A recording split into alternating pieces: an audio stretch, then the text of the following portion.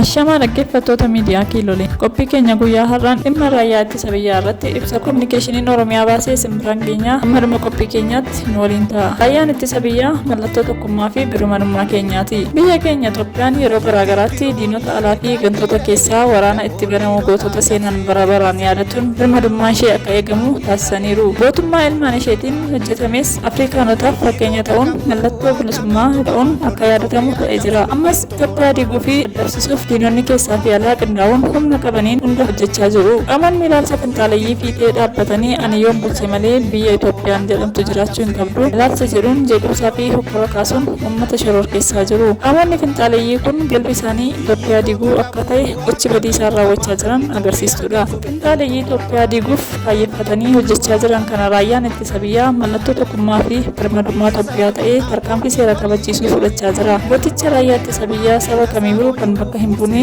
agarsiiftuu sabdaneessummaa kan ta'e diinota Itoophiyaa diiguuf dirree tokkummaa isaatiin fashaleessu nageenya uummataa fi birmadummaa biyyaa kabachiisaa jira. Bu'uura heera Itoophiyaatiin aangoon kan qabamu sagalee uummataatiin akka ta'ee fi qaamonni gaaffii qaban kamuu karaa nagayaatiin mariidhaaf of qopheessuu akka qabanis ni eera. Haa ta'u malee finxaaleeyyiin dheebuu aangootiin machaanii fi hiyyummaa yaadaa qaban mootummaa uummataan filamee humnaan diiguun aangoo qabachuuf keessaa fi alaan wal qindeessuun foollachaa jiru. Kana malees finxaaleeyyiin kunneen raayyaa ittisa biyyaa mallattoo injifannoo uummata Itoophiyaa ta'e irratti olola jibbinsaa fi soba oofuu bira darbanii tarkaanfii diinummaa fudhachuuf yaalii ni taasisu. Finxaaleeyyii naannoo Amaaraa keessatti maqaa faannoo jedhamuun uummata Amaaraatiif kan quuqame fakkaachuun dheebuu aangoo qabu mirkeessuuf guddifachaa jiru irratti tarkaanfii seera kabachiisuuf fudhatamaa jira. Tarkaanfii raayyaa ittisa biyyaatiin fudhatamaa jiruunis naannicha akka tasgabbaa'uu fi uummannis jireenya idileetti akka deebi'u ta'aa jira. Uummannis finxaaleeyyiin bitaas ta'e mirgaa kaayyoon isaanii uummata walitti buusuu fi sirna diiguun dhiiga uummataan nagadu ta'uu hubatee